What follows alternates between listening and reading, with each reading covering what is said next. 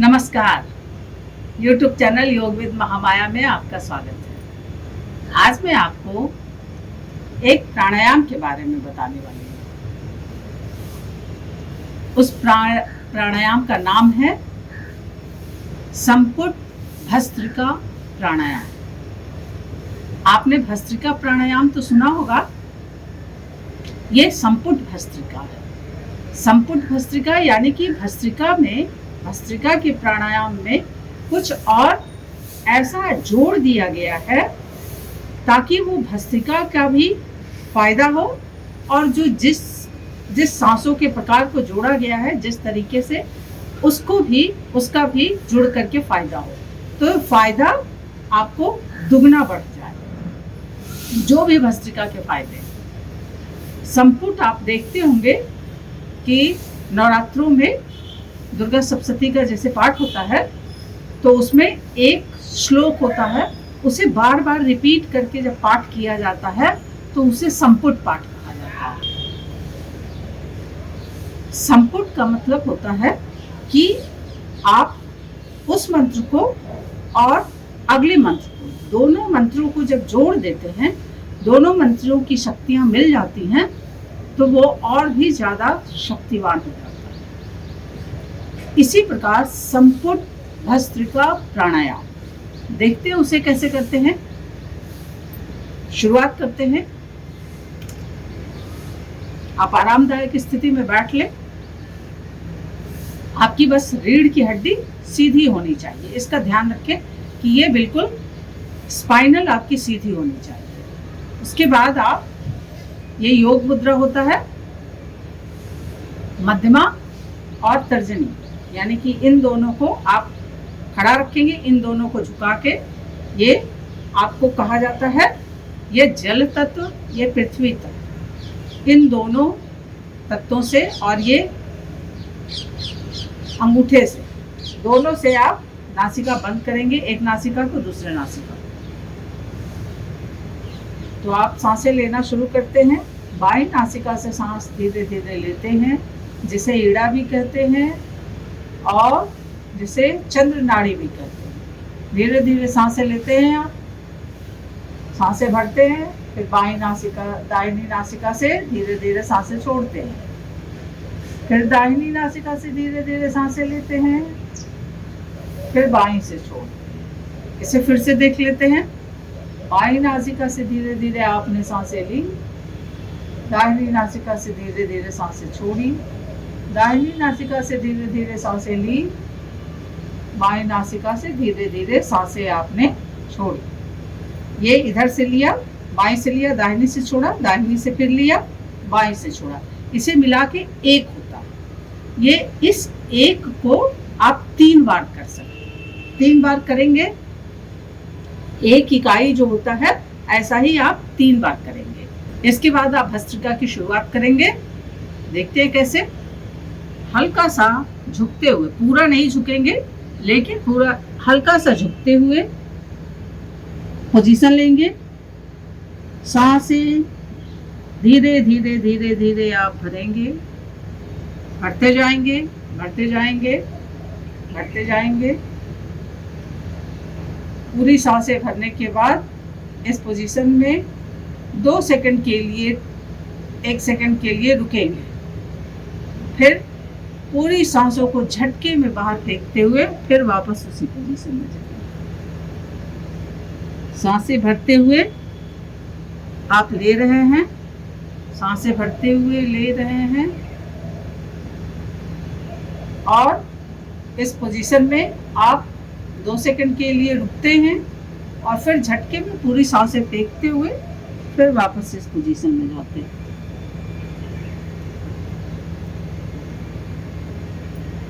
इस प्रकार से आप 5 बार करेंगे।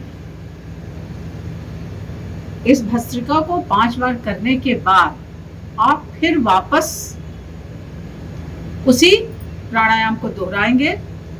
बाईं नासिका से सांस लिए, दाहिनी से छोड़ा, दाहिनी से लिए, बाईं से छोड़ा। इसका 3, एक इकाई ये हो गया, इसकी 3 इकाई। तो 3 इकाई आपने बाईं नासिका से लिया सांस, दाहिनी से छोड़ा, फिर 5 बीच में भस्त्रिका किया, फिर 3 आपने बाईं नासिका से सांस लिया और दाहिनी से छोड़ा। ये पूरा मिलाकर के एक कॉम्बिनेशन हो गया।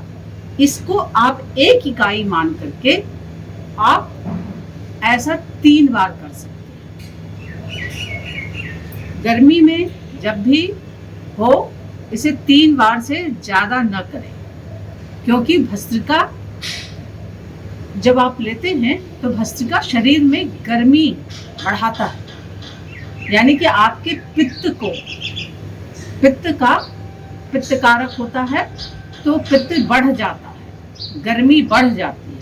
तो जिन्हें पित्त की परेशानी है वो तो 3 बार से ज़्यादा भूल के भी ना करें। अब पित्त की परेशानी कैसे पता चलती है कि जिनको एसिडिटी की प्रॉब्लम हो जाती है, कुछ भी खाया तो पेट भारी हो गया, इस तरीके से गर्मी में बहुत ज़्यादा गर्मी लगती है, एकदम गर्मी बर्दाश्त नहीं होती है, इस तरीके से जिनको होता है, ये छोटे मोटे लक्षण हैं जिनसे आप समझ सकते हैं कि आप पित्त कारक हैं कि नहीं। तो जो पित्त कारक होते हैं उन्हें 3 बार से ज़्यादा भूल के भी नहीं करना चाहिए। जो कफ कारक हैं वो भी गर्मियों में 3 ही बार करें। ठंडियों में जैसे दिसंबर से जनवरी जब बहुत ठंड होती है उस वक्त आप इस प्राणायाम को 5 बार कर सकते हैं। अब ये सारा प्राणायाम का तो ये सिस्टम हो गया। आप 3 बार करें, 5 बार करें, पूरा एक इकाई मिला करके करें, इस संपुट के साथ करें।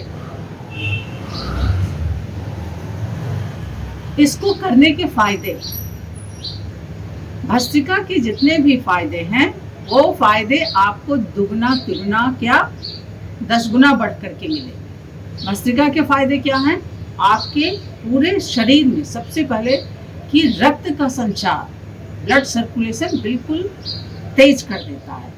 और जो आप ऑक्सीजन लेते हैं, लंबी गहरी सांस लेते हुए जो आप ऑक्सीजन लेते हैं, तो पूरे शरीर में वो ब्लड के साथ ऑक्सीजन डाइल्यूट होते जाता है। तो पूरे शरीर में रक्त का संचार और ब्लड का संचार बहुत तीव्र गति से होने लगता है भस्त्रिका करने की वजह से। इस भस्त्रिका का ये सबसे बड़ा फायदा है, रेगुलरेट कर देता है पूरे शरीर को। और उसके बाद दूसरे तरह के परेशानी जिनको अस्थमैटिक है, नज़ला जुकाम, इस तरीके की परेशानी होती हो, उन लोगों के लिए भस्त्रिका रामबाण। जो कफ कारक होते हैं, आयुर्वेद में कहा गया ना, वात पित्त कफ, तो जो कफ कारक होते हैं यानी कि उनका शरीर शीत से थोड़ा उनका ग्रसित होता है, शीत का उनको ज़्यादा प्रकोप हो जाता है। प्रकोप क्या मतलब, ज़्यादा अफेक्ट हो जाता है। तो वैसे लोगों के लिए भस्त्रिका रामबाण है। वो यहाँ से लेके यहाँ तक का पूरा आपको क्लियर कर देता है। लंबी गहरी सांस ये पूरा आपको क्लियर कर देता है। इस वजह से भस्त्रिका उसमें फायदेमंद। तीसरी सबसे बड़ी खूबी जो इस तरीके की भस्त्रिका जो हमने बताई, संपूर्ण आपने कर लिया तो एक आधार तैयार हो गया, मन मस्तिष्क आपका शांत हो गया। उसके बाद आप आपने भस्त्रिका करना शुरू किया। भस्त्रिका का जो ये प्रकार है जो नीचे से झुकते हैं और फिर जब आप सांस लेते हुए और फिर झटके में आप सांस छोड़ते, इसका ये तरीका जो है, अब आप देखेंगे कि इसमें आपकी स्पाइनल रीढ़ की हड्डी झुक रही है और सांसें भरते हुए फिर आप उठ रहे हैं। इससे होता क्या है कि आपके शरीर का जो 3 अंग, जो सबसे महत्वपूर्ण अंग है, जो आपके शरीर को संचालित करने का है, एक मस्तिष्क है, दूसरा स्पाइनल है, रीढ़ की हड्डी है जिसे हाफ ब्रेन भी कहा जाता है, और तीसरा है फेफड़ा, लंग्स, जिसे आप हमेशा ज़्यादा प्रयोग नहीं करते हैं, उसका भी ज़्यादा से ज़्यादा प्रयोग आप, तो भस्त्रिका करने की वजह से आपको ये तीनों अंग एक साथ एक्टिवेट होते हैं। अभी तीनों अंगों के एक्टिवेट होने से क्या क्या आपको फायदे हो सकते हैं? एक तो ब्रेन में ब्लड सर्कुलेशन अच्छा हो जाता है, दूसरी चीज लंग्स आपके ज़्यादा सक्षम हो जाते हैं, ज़्यादा पावरफुल हो जाएंगे। उनके सारे सेल्स जो डेड पड़े रहते हैं वो सारे डेड सेल्स भी धीरे धीरे एक्टिव होने लगेंगी, तो आपका लंग्स पावरफुल होने लगेगा। और तीसरी, जो स्पाइनल नीचे झुकते हुए करते हैं, तो आपको स्पॉन्डिलाइटिस जिनको है, सर्वाइकल जिनको है, उनको भी, जिनको कमर की परेशानी है, जिनको पीठ की परेशानी है, ये पूरा का पूरा समझिए कि स्पाइनल से संबंधित जिस तरीके की भी परेशानी है, स्लिप डिस्क वालों की, किसी भी तरीके की, इन सारे लोगों को अब आप समझ जाइए कि जिनको भी रीढ़ की से संबंधित परेशानी है, उन सबके लिए ये भस्त्रिका रामबाण है। इस भस्त्रिका को कैसे करेंगे एक बार फिर से देख लेते हैं। आप नीचे झुकते हैं, सांस भरते हुए, धीमे धीमे सांस भरते हुए आप उठते हैं, लंबी गहरी सांस ये, और उसके बाद आप यहाँ 2 सेकंड के लिए रुकते हैं और फिर सांसें छोड़ते हुए आप वापस।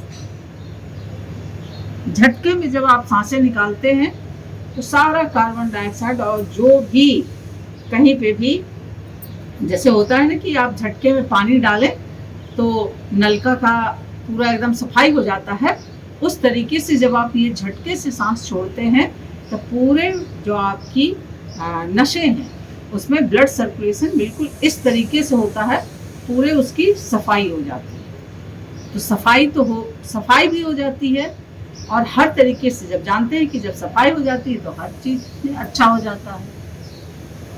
तो इस तरह के भस्त्रिका के बहुत सारे फायदे हैं, आप करके देखें, हो सकता है कि आपको कुछ और फायदा अनुभूत हो।